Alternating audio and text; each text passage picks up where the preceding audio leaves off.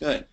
All right, so I decided that we would do a nice introduction of Dr. Reinholz since he's agreed to put together this talk for us.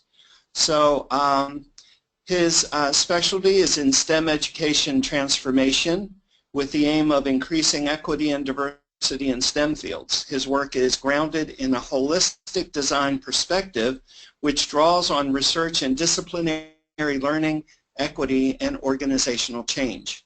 At the classroom level, his work focuses on how reflection and peer feedback can be mechanisms to deepen disciplinary learning.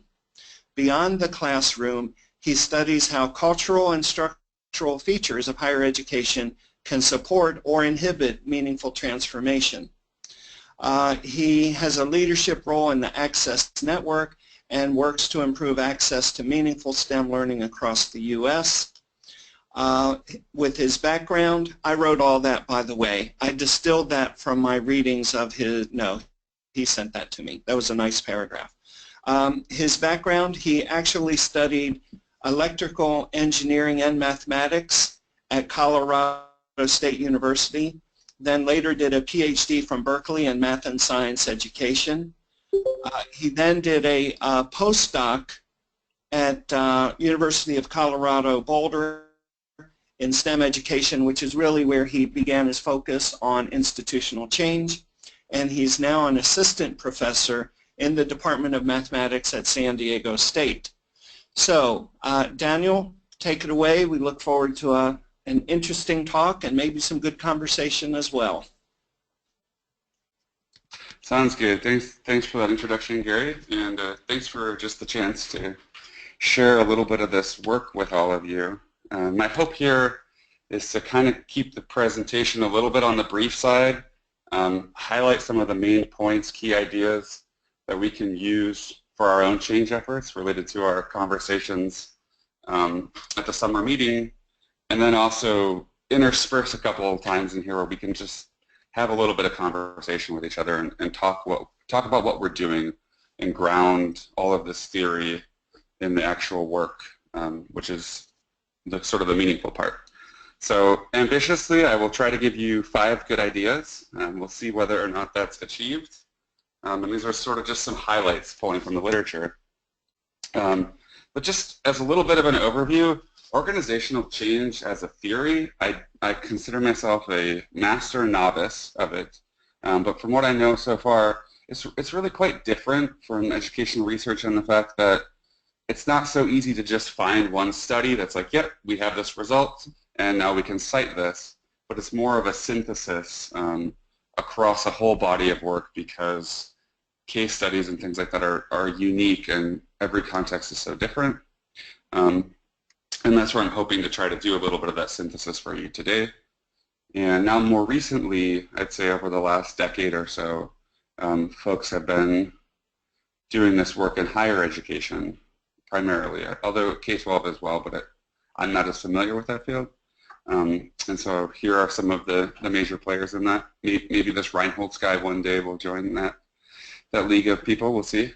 And just thinking big picture about a lot of the change efforts going on right now is they tend to sort of lack theory. They're not often drawing on the work that's already been done, but more in organizational change, but it's more about like, oh, we think if we build a new tool and give it to someone, they'll probably start using it. And that tends to not work so well, and it tends to ignore issues like culture within departments. So throughout the presentation, I've just put a lot of citations for places for more reading and references on the ideas, hoping that this slide deck can just sort of serve as a reference base for folks later on. So I'll skip over some of that stuff, like the references on the bottom here. But those are good syntheses of sort of change in higher education. First, big picture thing, you're working with the system. It helps to work at all levels. In our project, we're sort of focusing on administration, department, and faculty. In a K-12 context, that could be looking at teachers in departments, in schools, in districts. And the big idea being don't ignore any of those, but think about how you work across and what synergies are. I think most of us here are acting as change agents, and I like that role. It sounds like you're for the FBI or something. Um, but our goal is really, we're here because we want to help improve something, and I think what I can't understate is how useful that process as a facilitator is. You don't need to tell people what to do. You don't need to do the change for them, but having someone to sort of use principles to make a functional collaborative process, to keep people accountable, to document the process, and all of those types of things, um, it just really makes things much more effective. And so that's how I like to think of ourselves, as someone not trying to change others, but someone to help others be the change they wish to be. And that means we need to also have a little bit of distance ourselves. Well, personally, we might think online learning is the key to everything. Trying to export that to everybody simply is not going to be effective. And so rather it's a matter of working with what people have used and sort of helping them build on that. Very briefly, one other thing I want to, okay, awesome. And I'm trying to figure out how to go between the chat and the presentation, but feel free to just say something and cue me in if there's something I should see on the chat window. So just really quickly on language, there's a few personal pet peeves I have, or things I like to draw attention to. One of them is talking about things as being transformed. And the idea there is like we can do something, retool the factory, and now the factory is always building better things. And it simply doesn't really work that way. And so rather than trying to invest resources, change something once, and then sort of go away, it's more important to think about how do you shift culture, how do you build new structures that are going to keep things improved on an ongoing basis. Another one is buy-in. The term buy-in implies that somebody else is sort of buying into your thing, and that really negates the agency of the people that are trying to make a change. And so I like to think about a collaboration or building shared goals or something like that as sort of an alternative viewpoint. And the third one here, which I'll talk about more later, is this idea of solving problems. I think this is one of the biggest shifts that's really useful from organizational change, is this idea that rather than thinking we have these 10 problems that we need to stamp out, crush the bugs, we want to think about what it is we want to accomplish and have something sort of positive to aspire towards. And when you do that, that changes the way that people talk about things. And it's just overall much more productive. Because if you're aiming for something, there's a lot of ways you can try to get there. And so that it's sort of flexibility and compromise come automatically, versus when you're just focusing on problems, everybody seems to have their own preferred way to solve those problems, and almost always it leads to discussion of we need more money, we need more money, we need more money. And while resources are a crucial part of the process, sometimes you don't have more money and you have to figure out how to deal with what you have. So those are a couple things that I brought attention to for me, but I thought it might be interesting to give myself a break from talking for a bit too. If there's other language things that people come across or think that we should be aware of in our work, or things that come, you know, when you're talking to other folks that come up pretty frequently.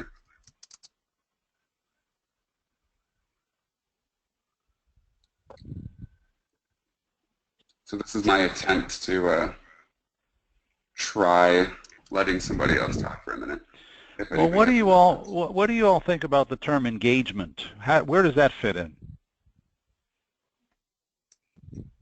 Our college, engagement is a bad word because the college and above that started ranking us on some fit engagement rubrics. Everybody is worried about that.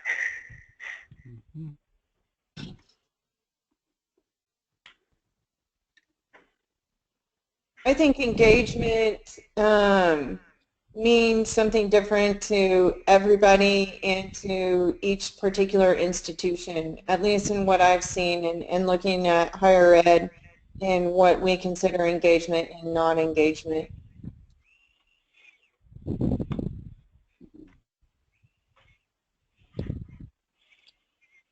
I'm interested, though, in terms of, Dan, you talk about not using the language buy-in.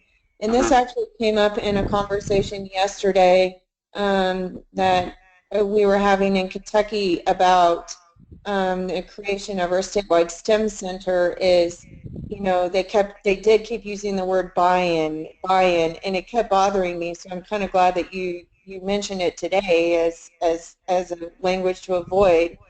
But so what is some other terminology, or what are some other ways that you can say, you know, gathering more people together? I mean, we've used shared goals, we've talked about that, but, you know, bottom line is we have to get people on board, and if they don't get on board, they're not going to get in.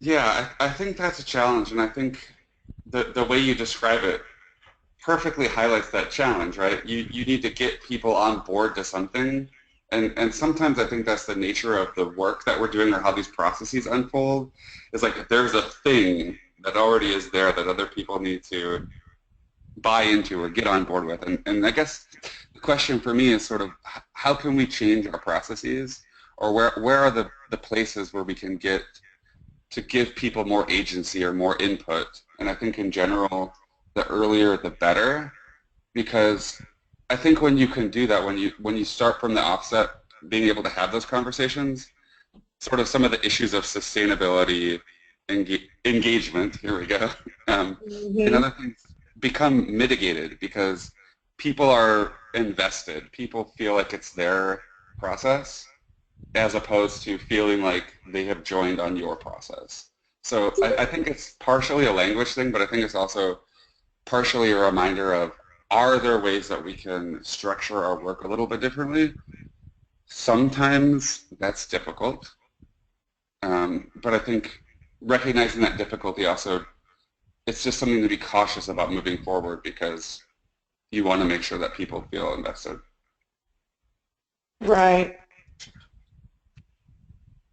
So I had sort of a similar question: is what is some better language to use as we start talking to folks if we're not interested in transforming, solving problems, getting buy-in? What is it that we are trying to do?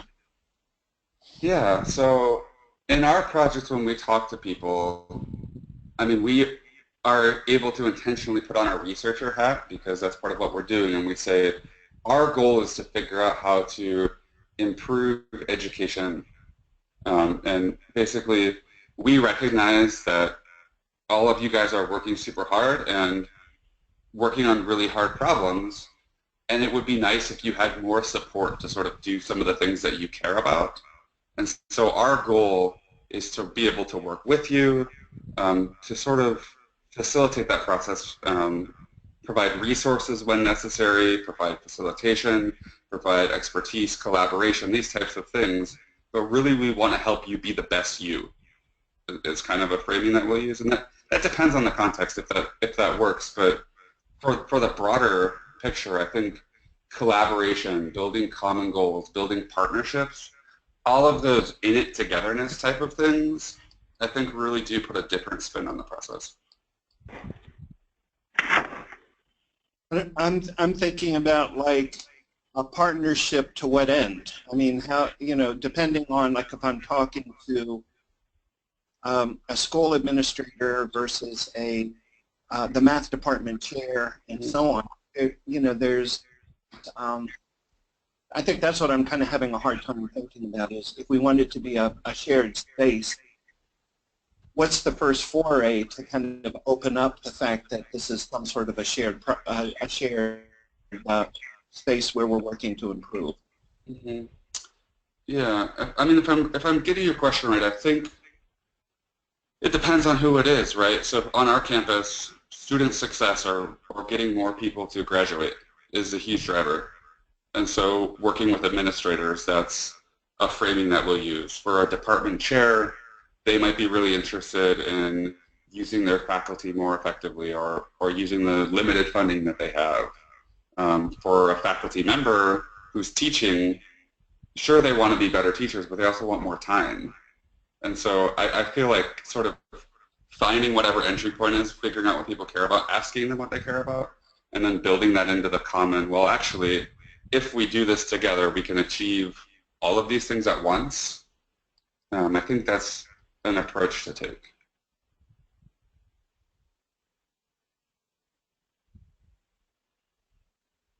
So we may have our agenda in terms of program transformation, but not maybe starting with that agenda, starting with a broader conversation and then trying to bring that in. Is that? I think that's key. Yeah, absolutely. And so maybe this is a good point to move on, and I'll talk about that a little bit more. But that's sort of what we've done is we start from the offset, figuring out what people want to work on, and we want to help them work on that. And then we sort of infuse the process with things that we really care about, like sustainability, collaboration, being student-centered. And we sort of do that as a backdoor approach to move folks in the direction that we want to, but helping them achieve their ends. And so it's sort of a win-win.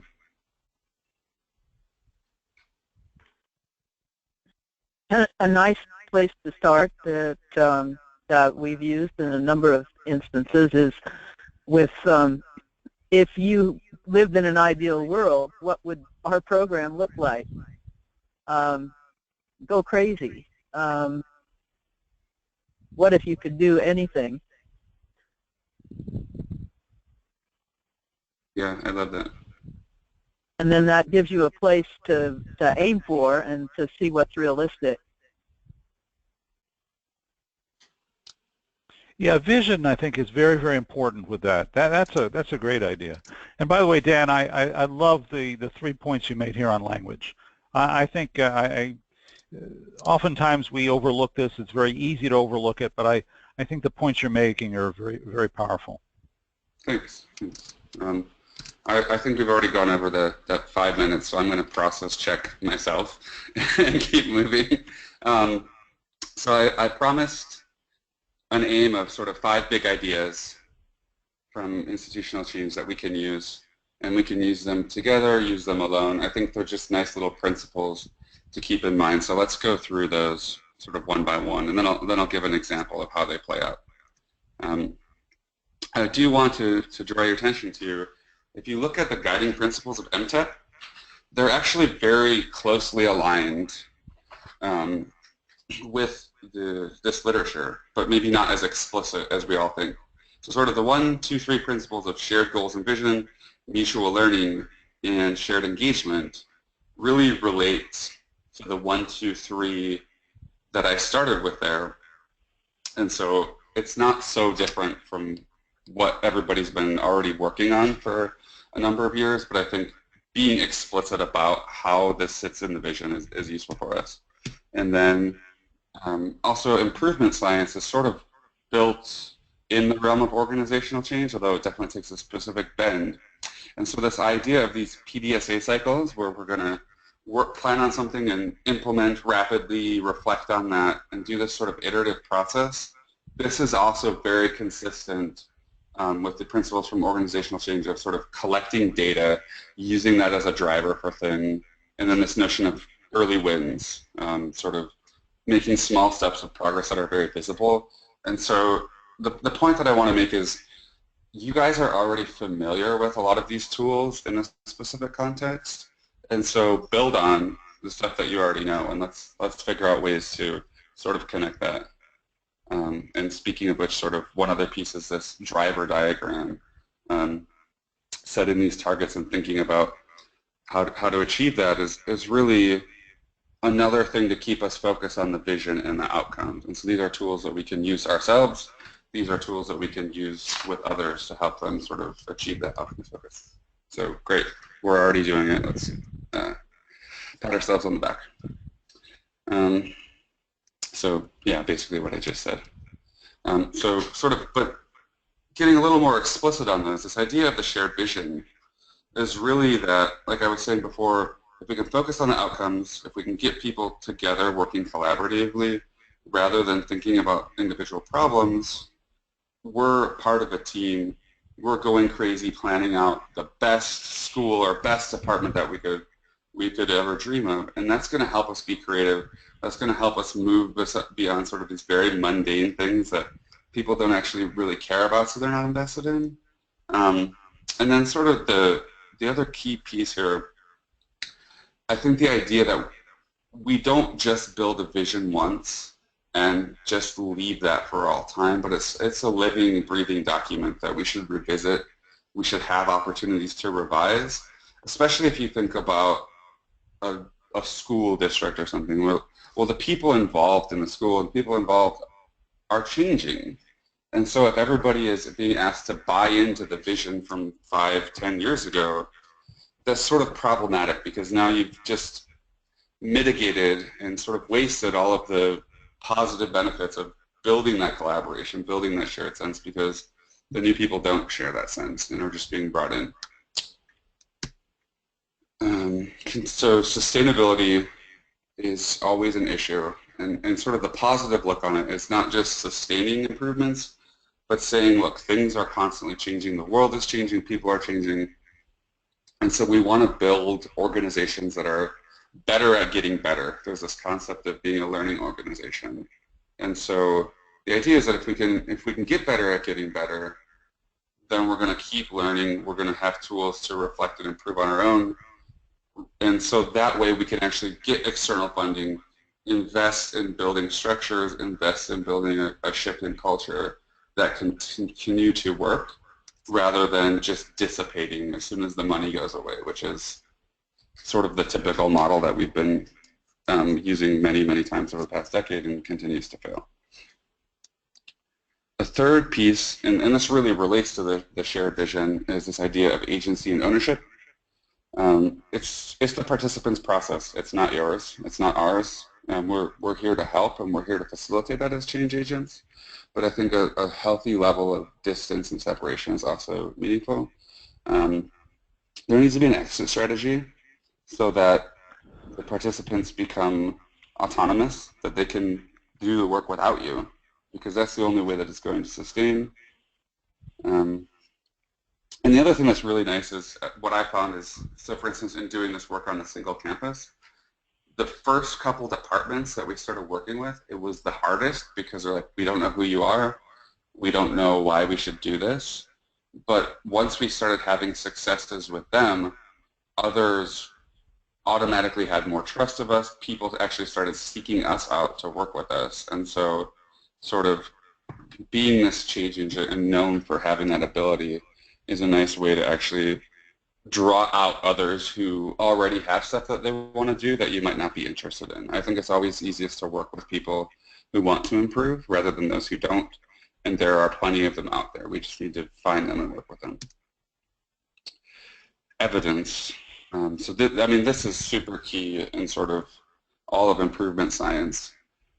What tends to happen, even as rational scientists, as we'd all like to think ourselves to be, we tend to rely on anecdote or extremely salient emotional experiences, maybe one of them, or our own experiences. Well, lecture worked for me, so it must work for everybody. And we just elaborate these and extrapolate them to all kinds of places that we shouldn't. And so using evidence is a helpful way to sort of get away from that. But one of the difficult things is, like, evidence doesn't feel as convincing. And so a lot of times you want to start an approach like, well, here's all the evidence why you should teach this way. And it typically doesn't work. It's more like, oh, I ran into my colleague in the hall and they're using clickers and that sounds fun to me, so I'm going to use clickers too now. So it's a little frustrating, but just something to think about. And one of the reasons that evidence can be really useful is this idea of ascription of motive. And so that's when we think about a cause. So let's just take an example. We're teaching an introductory course and one of the students has stopped coming to class or is not coming that often. Sort of a person-focused way to think about this would be like, well, students these days are so lazy, they just don't know how to work hard, they don't even care, it's just terrible. And I'm sure we've all heard those conversations, probably been a part of many of them too. But another thing we can do is sort of go out, zoom out and think about all the situational factors that might be at play. Like, oh, maybe this student is commuting from an hour away from campus, and actually it's very difficult for them to get here, or they're working full-time at the same time, or the way that our department does things is just alienating and not supportive to them. So there's sort of ways you can look at people and ways you can look at the system. I'm not necessarily going to say that one of these is the right explanation, but the truth of the matter is we can't just change the person and suddenly make them not lazy, if that's really a thing that they were lazy. I'm going to probably argue that's perhaps not the case. But when we think about the features systemically, those are things that we can change, and those are things that people can change. And so one of the things that we very often try to do in working with faculty is use evidence as one mechanism to sort of shift towards this systems focus and think about the structures that exist and how they constrain or afford us to do different things, rather than thinking about the individuals, which you can do very little about. I think a reference I didn't put on here, but sort of just the whole book, The Lucifer Effect, thinking about the Stanford prison experiments, is just a great example of how incredibly powerful structures are for shaping people. And as much as we like to think we have our own agency, which we do to some extent, systems are very, very powerful in pushing us to behave a certain way. Okay, just one more. This is the idea of early wins. Unfortunately, most grants that we get are maybe 1, 3, 5 years, and change probably takes 5 to 10 or a longer amount of time. And so it's slow and it's difficult. And part of the problem is if you have a process and you get folks involved in it, and we've been doing something for 2 years, and it feels like all we've been doing is talking, that's not a very exciting process that people want to be a part of. It doesn't feel very worthwhile. You might as well disengage from it. And so from sort of that psychological standpoint, it's very helpful to think about building early wins into the change process. What are sort of small improvements that we can see that are making us move towards the larger goal, but may not be the goal itself? So that helps keep folks focused, and also externally in terms of getting funding or getting support in other types of ways, it really helps to build goodwill because you have something to point to that you've actually accomplished, rather than, well, we're really getting there, we've talked about stuff. And so that another way to think about that is you can be strategic in the types of early wins that you build to form partnerships. You know, so for instance, in one of our departments, a faculty group was working on issues of diversity and equity, and there were a couple key things that it was able to do for the department. For instance, helping facilitate this diversity initiative that the administration had handed down that nobody wanted to really deal with. And so sort of doing those things was a way to push forward the goals of the group, but also bought a lot of goodwill from the department. And so I think being very strategic about the politics of change is another thing to draw attention to. And that's this idea of early wins really helps with that. Okay, so that's a lot. I just threw basically all of the theory that I wanted to is introduced now. And I just wanted, let's do a quick little check-in at this point, and then moving on from there, I'm going to give an example from one of our faculty groups of how we've used these different principles, and then I have a whole bunch of like brainstorming and discussion type questions that we can use to really connect it into our own work, which is what ultimately you're here for. Dan, you might want to check the chat window. There's a live discussion going on there, and you know, yeah, so I'll give you a chance. I'll give you a chance to catch up with that. But I think to Rock's, or this thing of the people who linger and don't really kind of get engaged, but they just hang. They're hangers on. That never bothers me too much because you don't know at what point they may kind of change roles and really kind of engage, or what they're taking from that maybe they're helping to spread what's going on in some way. So I don't think that, I've never found that too disturbing. I like the lingerers, the hangers on. But I may be wrong. Gary, this is Mark. I guess I slightly disagree. I mean, I understand your point, but having experienced this at my own campus, you know, sometimes if that person is in the wrong position relative to your goals, there is no progress that will happen. I mean, you know, there was 3 years that went by with nothing, you know, with a particular effort because the person who was in the key position to be a conduit for information was not really the best person to be in that role. So I think it's okay to have people that linger depending on where they are relative to the goals of your transformation effort. Mark, yeah, this is Bob. I want to kind of follow up on that just a tad. Sometimes, especially when you're working with school districts, you don't get to pick who you work with, or nor do you often get to pick the schools you work with, and sometimes there could be an individual in those schools or a liaison who really isn't with the program, and there's nothing you can do to, you know, you try to get them with the program. I mean, we've worked with that a little bit, and we worked around it, but I think the idea that, you know, I would like to only work with the people who are willing to change, but that's not reality in most situations I've been in.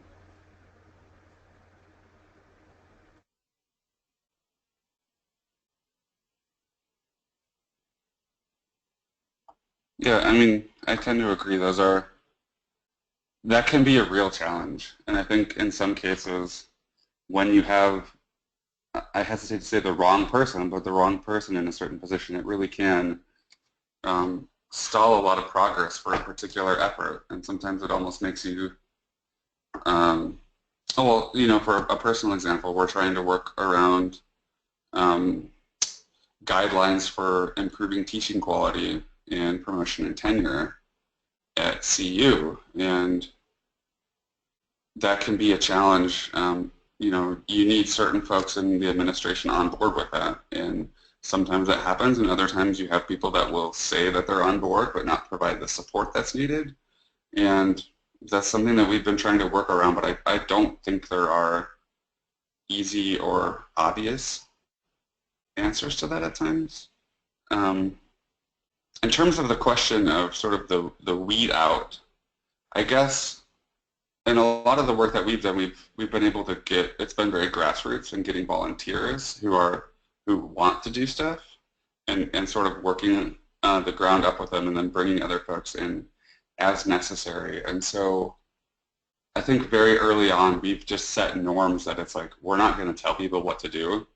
And so for instance, you know, we have fairly infrequent meetings and stuff needs to happen between them, and people basically have to step up and say they're going to do those things and do them, or we wouldn't make progress. And in most cases, not every case, people have done that. But ultimately, you can't force anybody to do anything they don't want to. If only.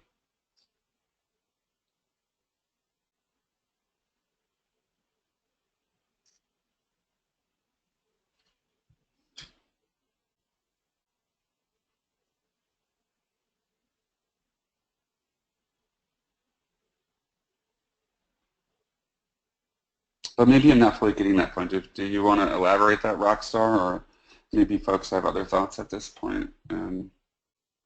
Or if there's anything on the theory that was just kind of seemed out there.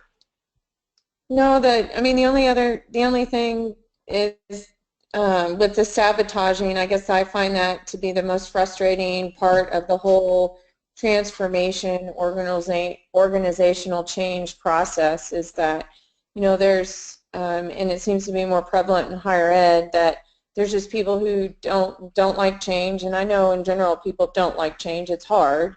You know, you have to confront things that you don't want to confront. You have to leave your comfort zone, etc.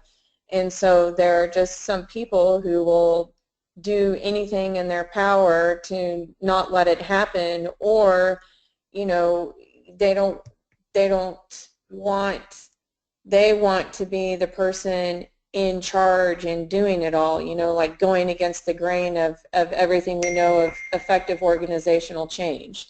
You know, just like what you were talking about, whoever ends up facilitating the process, it's not about power, it's not about you and your own ideas, it's about bringing people together, empowering them, you know, letting them find that ownership and really trying to build that community up that will be the change agent, you know, and enact things. And there's just, it's frustrating that, you know, you have these people who don't want that to happen, or they become power hungry because they think that whoever's facilitating it has a position of power when in fact they don't, et cetera. And so, you know, I just think that we have to think about some of those things moving forward and how we can best address them and use proper language, et cetera, as we continue to work through in our transformation processes. Yeah, I totally agree. I mean, that's a really big issue. And what you bring up, I just imagine having that type of person in sort of this facilitation type of role. I just feel like that would completely derail the whole process, because as a facilitator, you're setting up the norms, you're setting up the engagement, you're finding ways to mitigate power, and almost because of how much energy and focus it takes to do all of those things, it makes you a very different type of participant, and you can't quite participate in the same way as others. But if you don't have control over that, I actually don't know how to guide the process in a way that's super functional, unless you somehow get lucky. But I would say most folks, unless you're trained to do it, facilitation is not something in your skill set. Well, I think that, you know, some of us are going to have to deal with that, maybe more than others, but I think this is when administrators come in as a key player in that, because they, you know, they actually do have, you know, the power to help mitigate some of that, or smooth waters over, or, you know, just kind of firmly say, this is the way we're going, you know, and you need to help with that process, et cetera. And again, not using the word buy-in or anything like that, but, you know, when you're talking about, you know, transforming a department or a program, or, you know, something where it's essential that every single person, you know, is involved, you know, just those are some things that we're going to have to think about and how we're going to deal with that. Absolutely.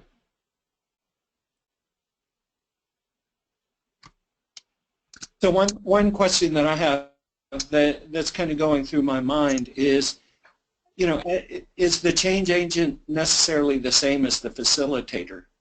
Is there any value to having someone who's a little bit out of the center of what you're trying to do, to be kind of the lead face, rather than, you know, we have goals that we're trying to accomplish? Would that help to decenter in some way? Because what struck me is, it's very true, when you're facilitating, sometimes it's actually harder to kind of put your own voice in, because you're trying to make sure that all voices are heard. And so, I don't know, it just kind of went through my mind, because I think there is a little bit of a conundrum there of how to resolve. Yeah, I think so. I mean, in our work, we've always been external facilitators. Thinking about continuing this work perhaps at San Diego State, I think I would definitely avoid the math department as a faculty member there. I wouldn't really want to try to facilitate a process in the department. I think the way power works would be too difficult as a new faculty member, and also I'm too invested in things. So I really do think that space, being outside of the department, or being a little bit removed from the process, I do feel like that is so helpful. Gary, I'm going to second that. I mean, the stuff I was able to do at Cincinnati, I would not have been able to do if I had been a faculty member there. I mean, I was just more of a neutral party. And the faculty, I mean, it took some time, but eventually they perceived me that way and were able to get some changes that they hadn't been able to do before.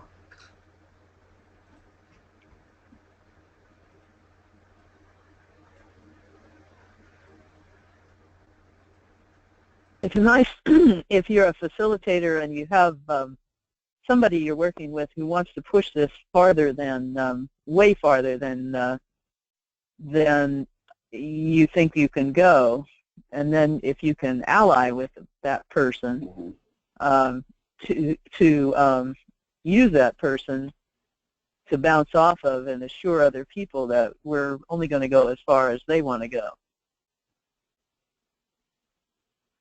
Yep. Yeah, I think related to Cotter's work on sort of the early wins, there's also this idea of having champions for change. Yeah, an extremist. An extremist in the direction you're headed is often helpful. Extremism sometimes is good. Is that Judy, or who is that I'm hearing?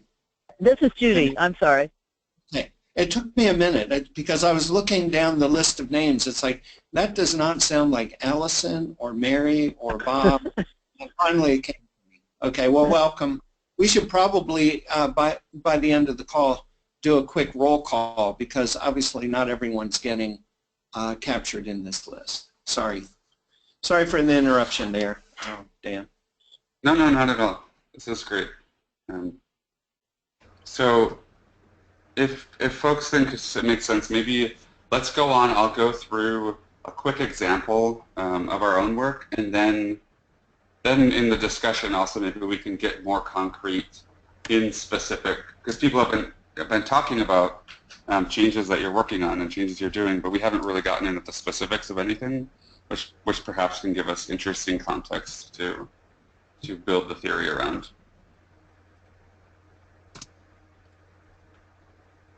All right, let's do it. So the project I've been working on for about 2 years now is the SITAR project, and basically we're working on one campus where we're trying to affect department level change, well, change at multiple levels, but mostly focus on department level change and build models that can be used elsewhere. And so I'm going to focus on sort of the faculty groups that we've been building. We call them departmental action teams, which is sort of one piece of many pieces. But just to highlight, it turns out like the tool development or work we've been doing with administrators and stuff like that, it sort of connects also at times to the faculty level work. So there's definitely been value to sort of having that holistic perspective and trying to influence change at multiple levels and look at synergies between them. But for now, let's just do the faculty piece. So a departmental action team typically has 4 to 6, mostly faculty, but also a mix of postdoc students and staff. It's actually something we're trying to move more towards. And then external facilitators who are the change agents. In this case, we've used co-facilitation, which is nice in a lot of ways because it can be difficult to do all of the facilitation stuff by yourself. But I don't think that's ultimately necessary. I think as one facilitator, you can also do this work. Some of the key features of DATS: every time that we build one of these groups, we start by creating a shared vision. We really focus on participants doing the work. We try to bring in data whenever possible, and use that as a way to document our process and also make process visible. And ultimately, we're trying to build some sort of structure, tool, or other thing that will exist in or across the department so that there's something to keep the work going once we disappear. The idea is that a DAT is sort of this temporary little group that we form in a department to help build some structures that can be used for ongoing improvement. The context of this particular institution is very focused on STEM education. Everything is about student success on campus. We need to graduate more students. And the specific department I want to talk about was a part of the Science Education Initiative. Just the short 2 sentences on that. The SEI was built on this concept of backwards design. Let's develop learning goals for our courses. Let's assess students related to those learning goals and use that as a mechanism to change teaching practices. Some aspects of it were very successful, others not as much. This particular department was one that had a high-level involvement in the SEI. Lots of folks developing learning goals and trying new things, but ultimately, after that sort of external funding ran out, things started to slip back a little bit. So sustainability was very salient for faculty members in the department. There's a large undergraduate major, and there's lots of, because it's a large major, there's many instructors who teach 4 courses per semester, which is atypical on the campus. Most tenure track faculty probably teach 1 to 2 courses per semester. So given all of this context, we met with the department chair, and that's typically where we would always start. Meet with some admin folks in the department who have some sort of power and talk to them about who we are and what we want to do, which is we're interested in working with your faculty to help them do some education thing they care about, and we have some money and time to help. What do you think? It also, we get a sense to gauge support from the department chair and also get a sense of what are the issues the department's working with, how do people work together or not, and those types of things. So I'd say these meetings are critical from the offset, and there's cases we have where there's departments we simply chose not to work in because it didn't seem like they would be productive places for this process, and there's others where having a supportive chair just makes an unbelievable difference. And so there's a lot of departments on our campus that we're working on, and so we've been seeking out, to begin with, the most supportive ones. And I would say likely, as we've been able to make progress, more folks have become interested and actually started coming to us. And so I think that's a way to start spreading to those where there might be less support. And this particular day had 5 participants. We've often organized these groups to meet 1 hour every other week, and it's worked really well to do that on weeks, say, alternating a faculty meeting or something like that, because it tends not to fill up in people's schedules. So it's usually a time we can get everybody together. And we have 4 women and a man, and then 4 non-tenure track in this group. So first up, we want to build a shared vision. And this we'll typically do on sort of the first 2 meetings, or the first meeting, depending on how it goes. The thing that's a little confusing sometimes for folks about the DATs is we say we want to build a group, but we don't have a particular goal yet. In joining the group, you're going to determine that. And so that's a little bit tricky. And in some cases, folks have said, well, I don't want to do that if I don't know what we're going to do, but I really care about diversity. And so in one department, a bunch of people said that, and so sort of the purpose of the group was determined before folks got together. And then we still did visioning, but we fleshed out that vision. But in other cases, folks have just been like, yep, I care about education, count me in.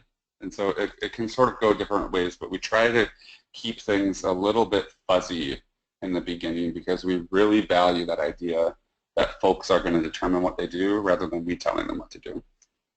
And so we have, this is an earlier version of it, but sort of this ideal student exercise that we like to do. And so we'll get the faculty members, we'll get these sticky notes, and just have them write about what, what they want students to achieve in the department. What would they want to be able to say in a letter of recommendation? What skills matter? What kind of person should they be? What values will they have? All of those types of things.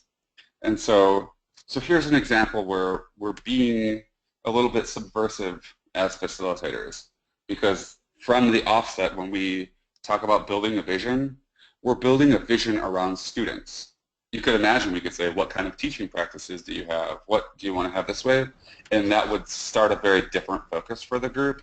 So there's subtle ways in which we do push things in alignment with our vision, and this is where I think as a facilitator or change agent you can guide the process a little bit, but ultimately we're still asking the faculty what it is they want for the students. And so they'll write this stuff down individually, take some time, start sticking it on the walls, and then we just ask people, look for themes, start reorganizing things, and then we'll discuss that.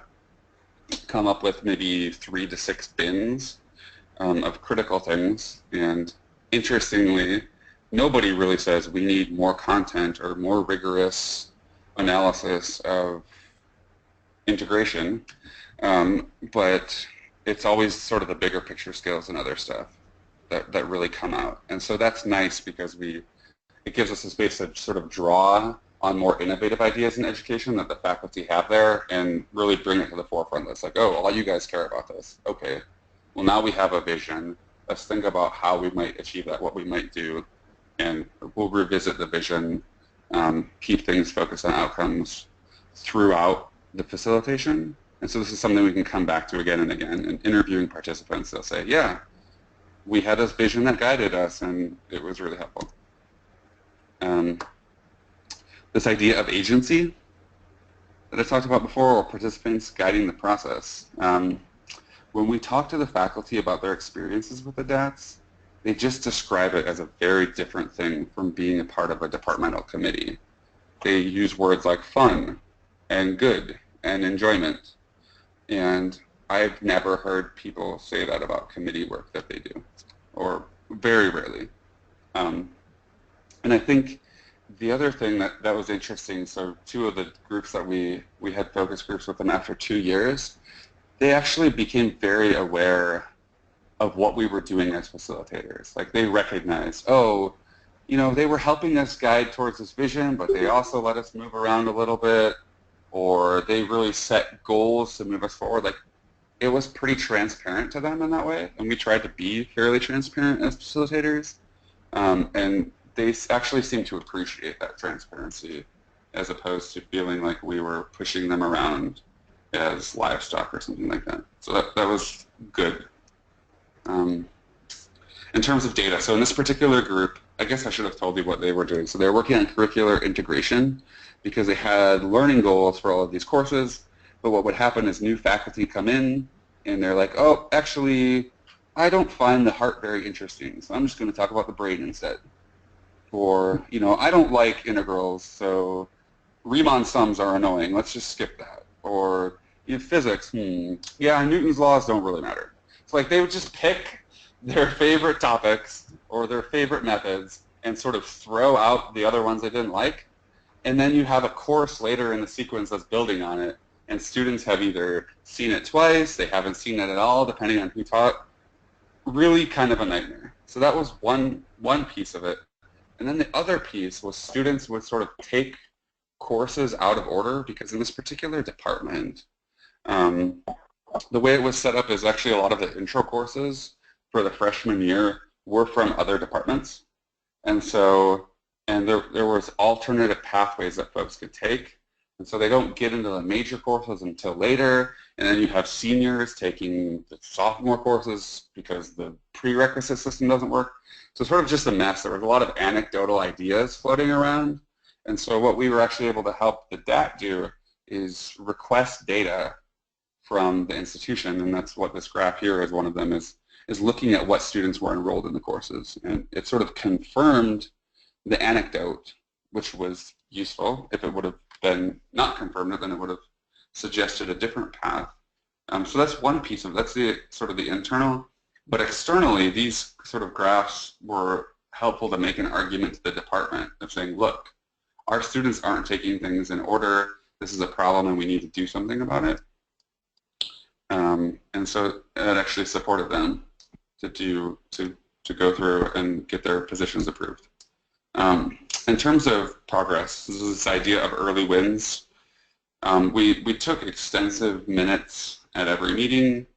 We would have meeting reminders, setting agendas between every meeting. Faculty members would sort of assign themselves homework. So this is not something that we did as facilitators, but basically like, okay, we're going to meet again in 2 weeks. Before that time, X, Y, and Z has to happen. I'm going to volunteer to do this. Who wants to do Y or Z? Or we have a faculty meeting coming up and we need to prepare this presentation. I will make a first draft. I will send this to everybody in 3 days, and then that would happen. So the nice thing was that all the participants would set what they're going to do, and we talk as a group to set the timelines. And then as facilitators, we could just hold people accountable to what they agreed to do. So rather than being like, you must do this now, we would just let them say, oh, by the way, you said you were going to do this. How's it going? Do you need support? Just wanted to check in. And so that gave us a really nice place to not be doing anything to anybody, but still keeping people on track and keeping things moving.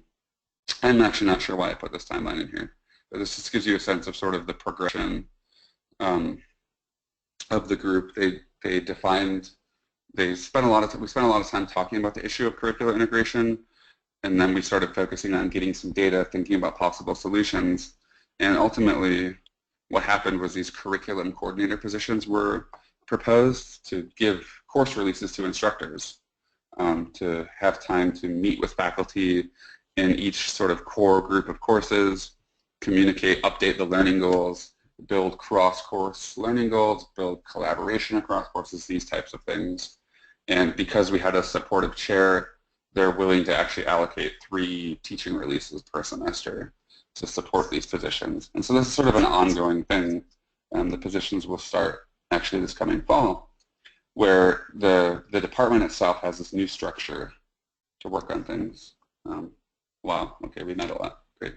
And so as I was talking about this new structure that we built, the curriculum coordinators, and they're sort of aligned, they are also facilitators in a sense. And so as we interviewed the faculty, they actually talked about their experiences in the DAT. They're like, oh, we realized the facilitators, they didn't tell us what to do. They helped us figure out what we wanted to do and do a good version of it. And now when we're going to work with faculty, we need to do the same thing. And so there's sort of like places like that where our goals of, we wanted to bring sort of these key ideas into the departments and build in sustainability. And because we were able to facilitate that process over an extended period of time and be very explicit about that process, there's actually learning going on for the people involved in it where they can now take that forward and continue it. I mean, so it's an empirical question to see how well things sustain, but at least in 2 of the 6 departments, the ones that we've worked in the longest, there seems to be a really good chance that folks are going to continue, actually are continuing to use the methods, some of the ways taking minutes, setting agendas, collaboration, those types of structures that we built with them. And so that's pretty exciting. And also to see that we didn't know if people were going to learn from that or find it useful, but it seems that they are. Okay, and so this was like one of the things. So we had these curriculum coordinator positions, and also there's this little Venn diagram that the faculty were very proud of that they came up with, where they wanted to not just focus on the domain knowledge, but sort of problem solving and other skills. This is sort of what most standards documents nowadays do, but there's also this sense that we got to build everything ourselves. But the faculty, so they built it, and we connected it to other literature, but they're very happy with it. And now this is sort of a visualization they had within the department to help push conversations towards more holistic learning versus just content. That's just another example of another little thing that's going to help shift the culture moving forward. Other impacts, like I said before, having success in one department has helped us work with other departments. And also, because we're working in a bunch of departments on the same campus, we're actually being able to foster collaborations between departments, between the DATs, in ways that they can learn from each other. So the runes department working with the herbs department to create some magical potions. But being more serious, they're actually meeting with each other. They found it useful. And so they're not only is that a psychological thing where, you know, they want to move forward and also do good stuff, but there's just concrete learning in terms of some of the structures. Like other folks have said, oh, these curriculum coordinators are very interesting. I wonder if we could do something like that in our department. Okay, so that's a quick example of our process, and I recognize that, yeah, is there a clarify, Can you please? What you mean by herbs? I mean, because you were in Colorado, right? Oh, yes. So this was our ongoing thing, fighting with reviewers, that working on one campus and protecting the identities of departments is pretty difficult to come up with good pseudonyms.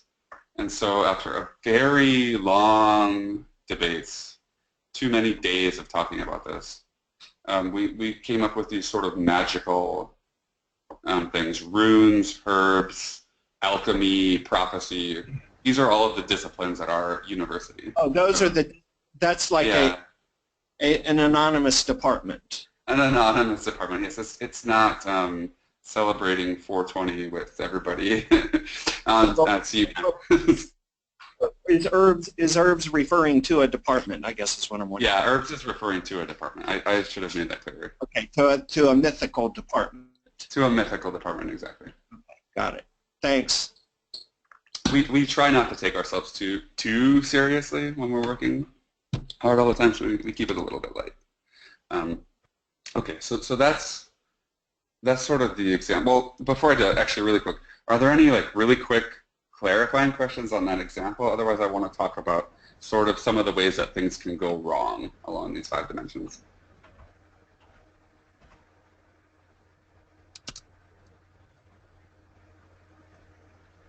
Okay, cool. And we can come back to that too. So potential pitfalls.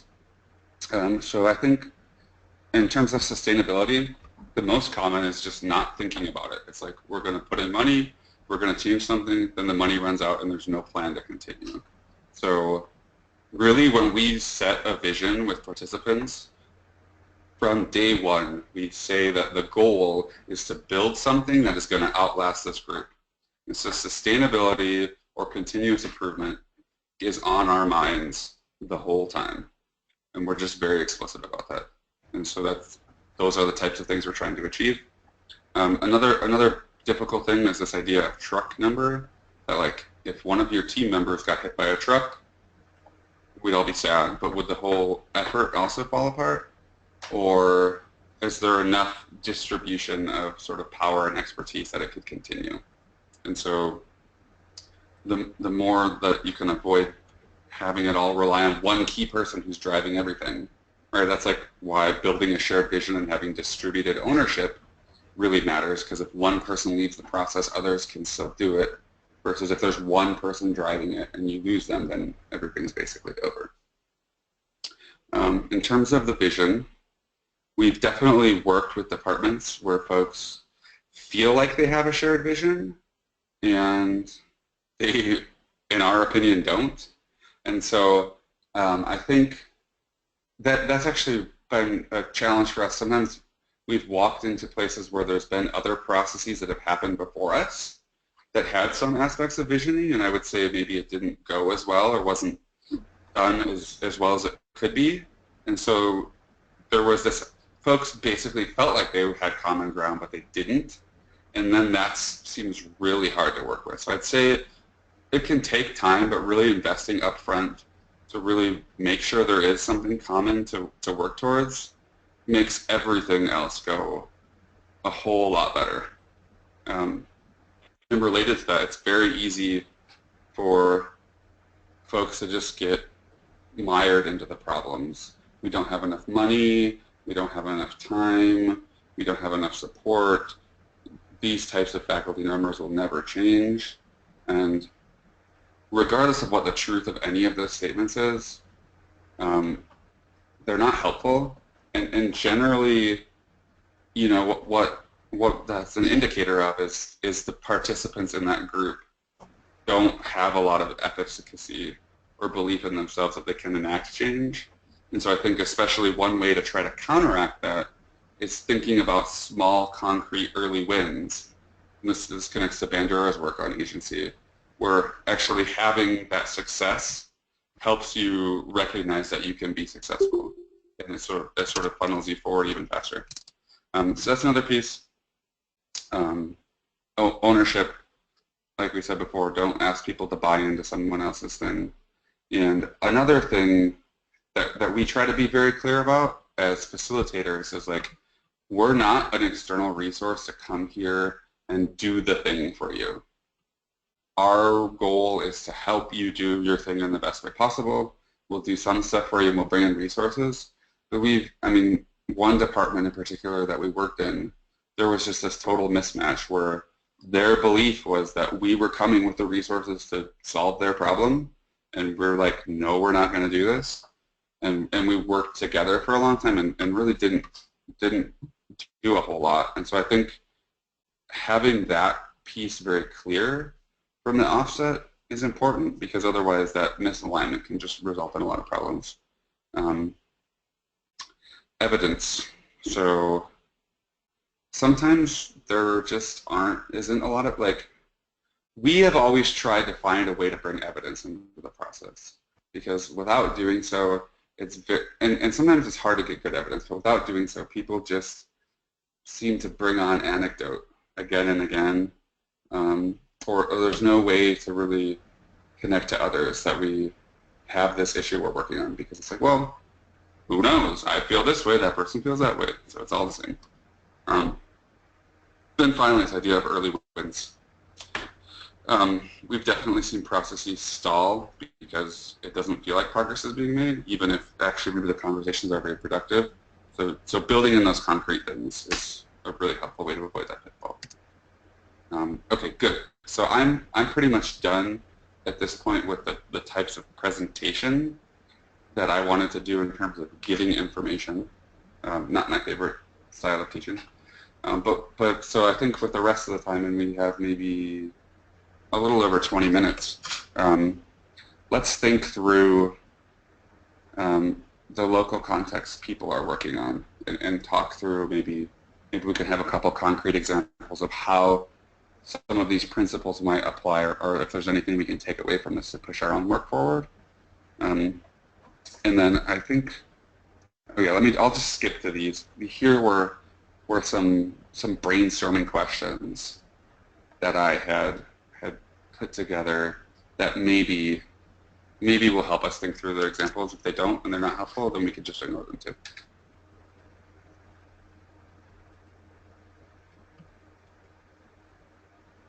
That fifth bullet is the one that keeps going through my mind. We're not sort of doing this as a research project. This is part of a particular trajectory of change that we're trying to promote.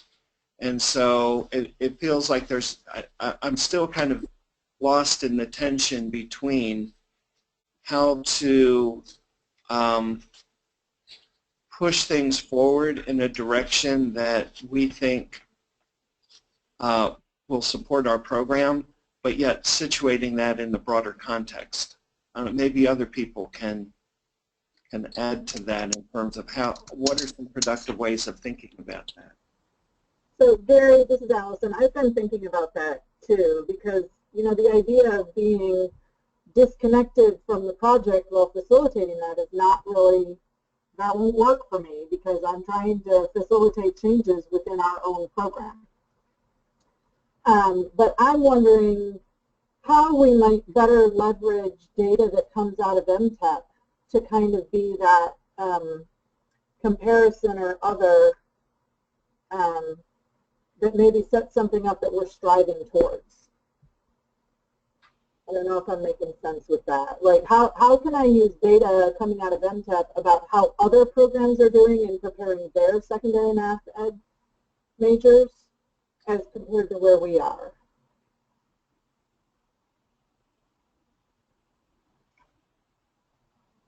So I have a thought and a question, Allison. The first is just acknowledging how challenging it is working on something you're so inside.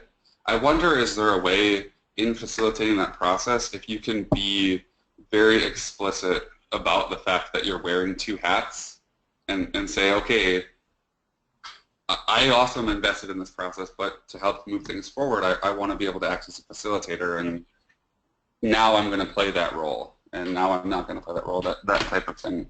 I'm not sure if that would help, but I think it's a tension, and in general, I feel that acknowledging those tensions rather than trying to sweep them under the rug usually works better. And then the other question is just, like, maybe this is naive for me to say, but so for instance, you have your program in its current status. I'm guessing that folks, admin, faculty in the department would not say it is the best possible version of what it could be, is there a way to take some version of sort of Judy's brainstorming of like, if we could do anything, what would we really want to do, and sort of build that goal that like, oh, there is something better out there. Is there a way that we can move closer to that versus like, oh, we're bad, we need to change? Yeah, I mean, that's kind of how we've been approaching it so far, and we're very early in the process, but we met last spring and we just kind of said, okay, as math educators, what does the research say and what do we want to see our students leaving our program at? And we just kind of brainstormed and set out our own vision. Mm-hmm. Now we're trying to figure out what data we can gather that shows us where we're hitting those targets and where we're not. Mm-hmm. So we kind of did do what you suggested and go at it from a visioning direction, not saying here are all the things we're doing wrong. We really didn't focus that way. But what do we want to see? But now I'm trying to figure out, okay, now what data can we get that tells us whether or not we're hitting those targets? So that's kind of our next challenge. Mm-hmm. Mm-hmm. No, that makes sense. And I'll let others speak. I think there probably are ways to leverage the data or data collection from MTE-P. And then I would just add in parallel, if there's ways to think about small or interesting early wins to build in, because like the data analysis and collection can take a long time and feel like it's not going anywhere quickly.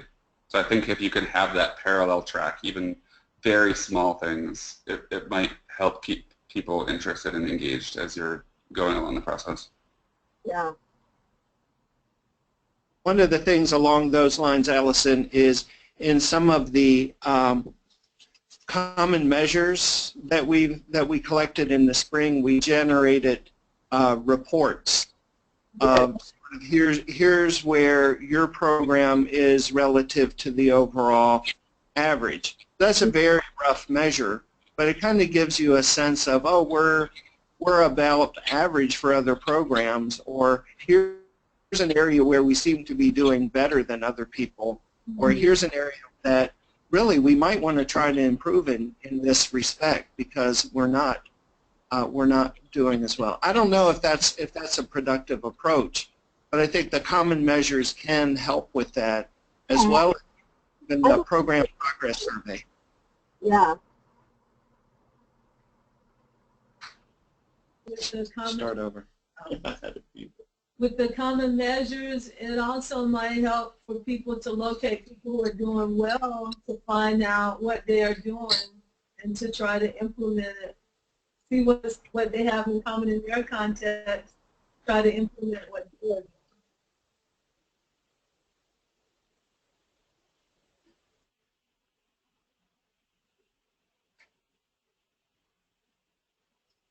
I have a different kind of question for the group. I'm kind of stuck back at what level does the work take place? Because UNL has, I mean, we have about 25,000 students. So to me, we feel like a big college, but when we look, or a big university, but when we look at the actual Department of Teaching, Learning, Teacher Education, there's 1 secondary math education faculty member and 2 elementary. And so when I think about the level, it's like, on the one hand, I care about math. And so, math is interesting, but besides these 3 math faculty in education, there's also like an elementary program coordinator, a secondary program coordinator, the field experiences coordinator, and none of these are math people, and the department chair. And so, and I think that there is going to be a tension if we try to start doing it in math, and then it's like, well, why aren't we doing this in everything? And then if we start doing it in all the subjects, like, that seems too big. So I'm kind of, I don't know if there's a good answer to this, but thinking about the level, I think, is going to be pretty tricky in some places.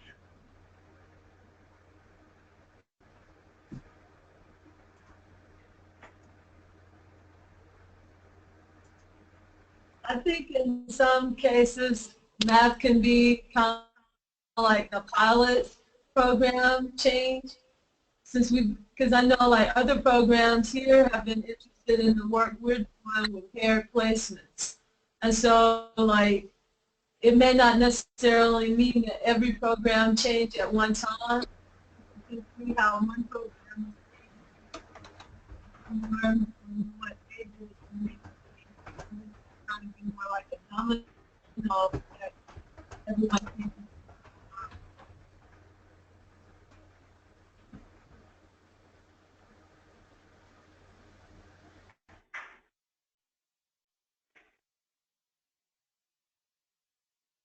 So then math can be sort of embedded in that broader context, which is what some people are going to care about. They're not really going to care as much about math in specific. Okay.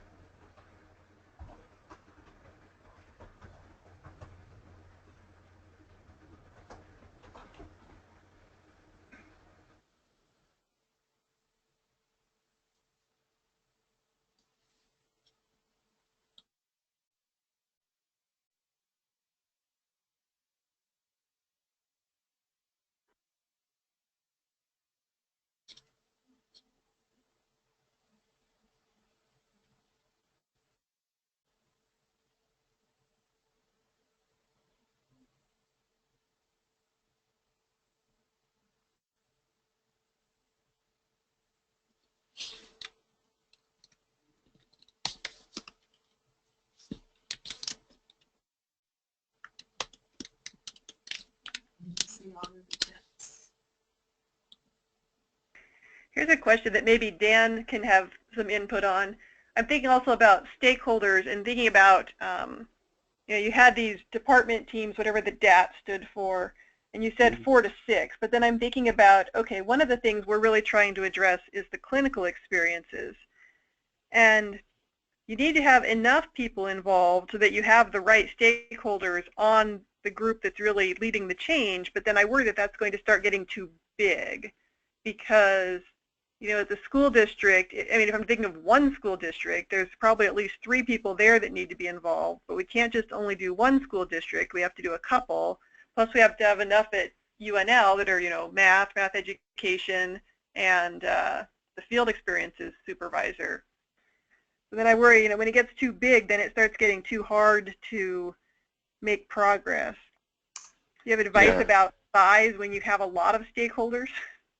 I'm sure others can probably speak to this too. So with our DATs, I think the largest one that we've had 10 or 11 people because we had faculty, staff, undergrads, grad students, and postdocs, and facilitators. So we were sort of able to get that large cross-section of the department. But one of the things that we did, because even having like 1 or 2 undergrads, you don't want to tokenize them as you're every undergrad in the department because they're not. So we sort of thought about, we had like the core group that was meeting every other week for an hour, and then we had sort of like other contingencies. Like we had 3 or 4 other graduate students who were interested but didn't want to commit that level of time. So if the DAT wanted to run an event or needed some help on something, then we would go to those people. And so I wonder, I mean, obviously you have a much bigger scale for the project, but if there's a way to sort of have like a point person or 2 point people within one of the sites with the districts that meet more regularly, they're responsible for coordinating back in their local context, enough that you can keep it manageable, not too big. Like I think much more than 10 probably gets pretty hard to run the meetings on a regular basis, although I'm sure people can do it and prove me wrong. But that would be my suggestion, if there's a way to sort of distribute things. Almost, I mean, I think maybe some of the principles that MTE-P has tried to use to organize with different working groups and stuff like that. I'm wondering if there's something to draw on there. So 2 responses to that. One is when you were talking, and I'll throw this back to Marilyn and Mark with the Carnegie Learning Lab. This sounds a lot like an initiation team. Is that somewhat similar? And then kind of the second thing that kind of builds off of that is it does almost feel like this sort of fractal thing again, where you're doing kind of the improvement community at a local level, where, you know, we've been focusing more on this higher level, you know, either national or like the CSU system. So maybe it's now thinking about doing that improvement community at the local level. So I don't know, Marilyn or Mark, does that have any resonance?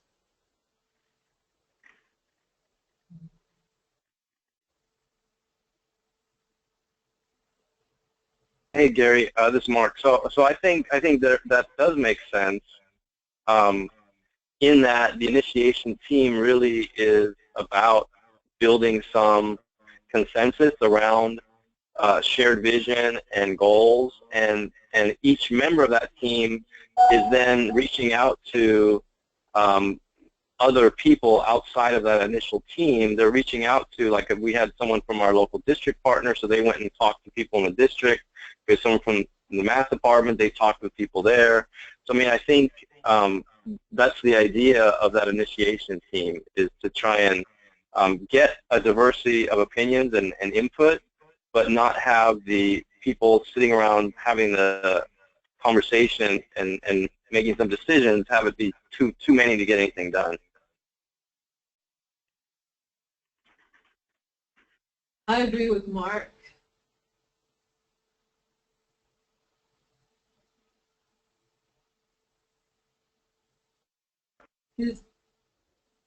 I guess when we revised our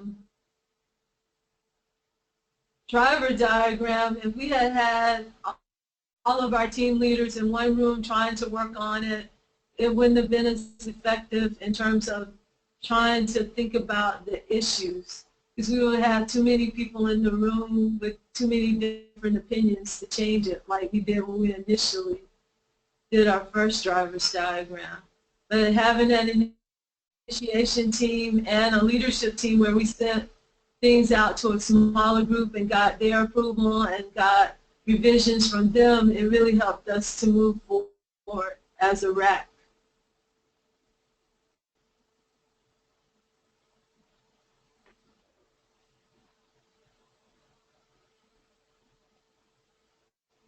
So as we kind of draw to the end of our time, I thought we might first of all thank Dan for a really, I think, stimulating discussion, and to everyone for participating. So let's give a hand to Dan. And so I didn't hear much applause, but I think that's kind of the nature of it. But it was there, I'm sure. So, so my question is, you know, thinking towards next steps. So we have the meeting scheduled for October 22 to 23. And so those of you who can make the meeting, I think there are details on Trellis, but you should go ahead and work on making your arrangements if you have not done so. But what are the things that we want to accomplish between now and then?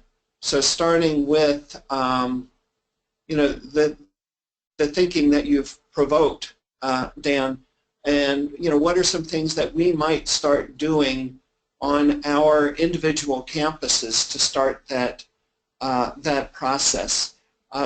Does anyone have any immediate thoughts that might help stimulate the rest of our thinking? What are things that you think you might do on your campus? We need to figure out who all the stakeholders are and size can be manageable for who has to, you know, who has to be in that core group.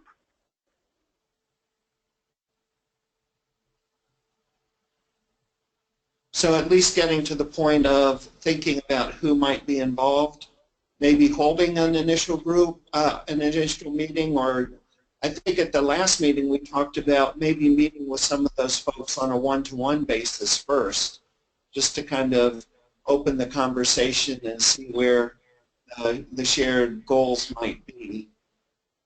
Yeah, I think individual meetings, I mean, before you build a shared vision, it's good to know what each individual person's vision is and how close you are.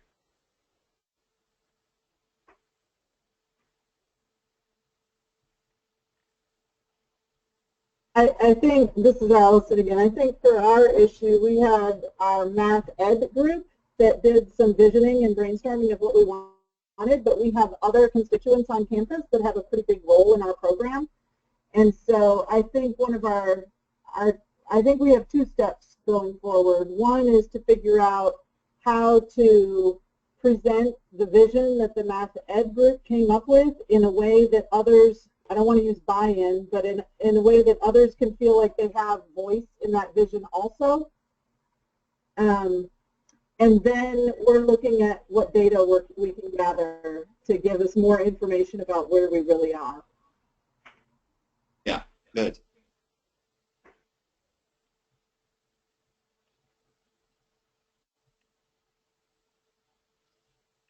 Other thoughts or advice?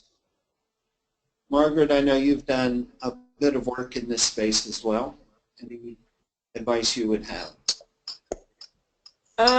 I think, just again, I think the point about he was making about, identifying the particular stakeholders and realizing that, they're going to be similar across institutions and different across institutions. And then, a lot of the transformation stuff and organizational change is people. And, that's what I think Dan did a real nice job of talking about that in terms of especially the empowering part, learning to deal with different types of people, their agendas, their non-agendas.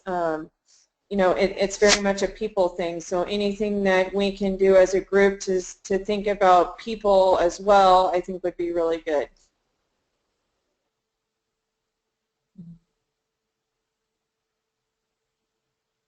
And then there's always the Mark in every crowd who says, oh, do we need to do any reading? Thanks, Mark. We thought we were getting off without any homework, and now you want to, But I do think it is a great idea, in all seriousness, if there's something manageable, Dan or others, that you would suggest as sort of a common reading or 2 if it's not too long, that we could kind of read as a group as kind of a basis for continued discussion. I think that would be really awesome. So yeah, Mark, there's one in every crowd. Yeah, let's have homework, but I do think homework would be useful.